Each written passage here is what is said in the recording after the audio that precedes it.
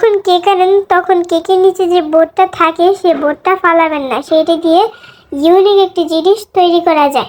এখন এখানে একটা আয়না নিয়ে নিব। আমার যতটুকু প্রয়োজন ছিল আমি ততটুকু মাপ নিয়ে আয়না নিয়ে নিয়েছি। তারপরে এখানে আঠা দিয়ে লাগিয়ে নিব আয়নাটা ভালোভাবে।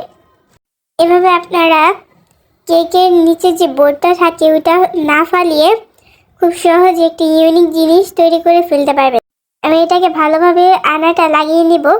লাগানোর পরে তারপরে আমি এখানে অন্য একটি আঠা লাগিয়ে তারপরে এটার উপরে বাদামের খোলস লাগিয়ে নিব। একটা দুটো করে লাগাতে লাগাতে আমরা পুরো বোর্ডের উপরে লাগিয়ে নিব।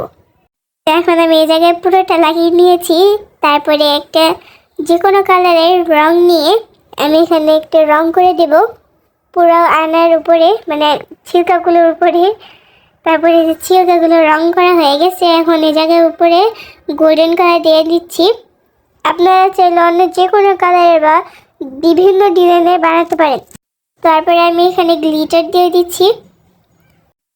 সাইডে আমি গ্লিটারগুলো লাগিয়ে দিব।